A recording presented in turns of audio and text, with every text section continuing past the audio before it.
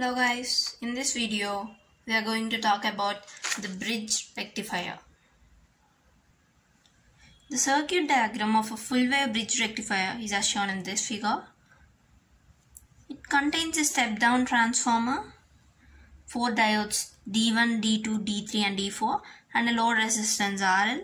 So the diodes D1, D2, D3, D4 are connected in a bridge pattern as illustrated in this figure you see on the screen. A 230 volt AC supply is given as input to the primary side of the transformer. And moving to the operation of the bridge rectifier, the transformer converts the 230 volt AC supply to desired lower level VI. The output of the transformer is as shown in the coming graph. This acts as an input to the diode's bridge circuit. This figure represents the voltage across the secondary of the transformer. Assuming the diodes to be ideal, for the first case, for the positive half cycle of the input voltage VI, the diodes D1 and D3 are forward biased and the diodes D2 and D4 are reverse biased.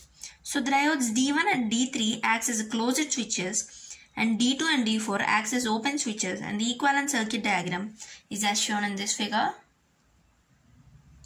Here we can see that the diodes D1 and D3 acts as closed switches since they are forward biased, and the diodes D2 and D4 acts as open switches since D2 and D4 are reverse biased. Now for the negative half cycle of the input voltage VI, the diodes D1 and D3 are reverse biased and the diodes D2 and D4 are forward biased. So the diodes D1 and D3 acts as open switches and D2 and D4 acts as closed switches, and the equivalent circuit diagram is as shown in this figure. So here we can observe that the D1 and D3 switches act as open switches and the D2 and D4 diodes acts as closed switches. From the above operations, it is observed that the diodes D1 and D3 are conducting for positive half cycle and the D2 and D4 diodes are conducting for the negative half cycles of the input voltage VI. As a result, the output voltage V0 across the load RL for the input voltage VI is as shown in this figure. In this figure, both positive and negative half cycles are present because the diodes D1 and D3 are conducting in one direction and the diodes D2 and D4 are conducting in the other directions.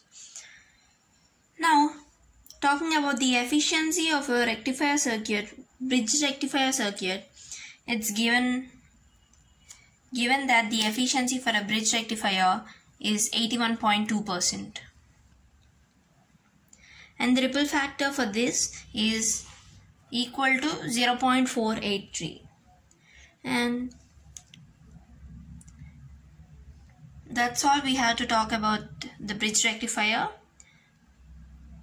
Thanks for watching.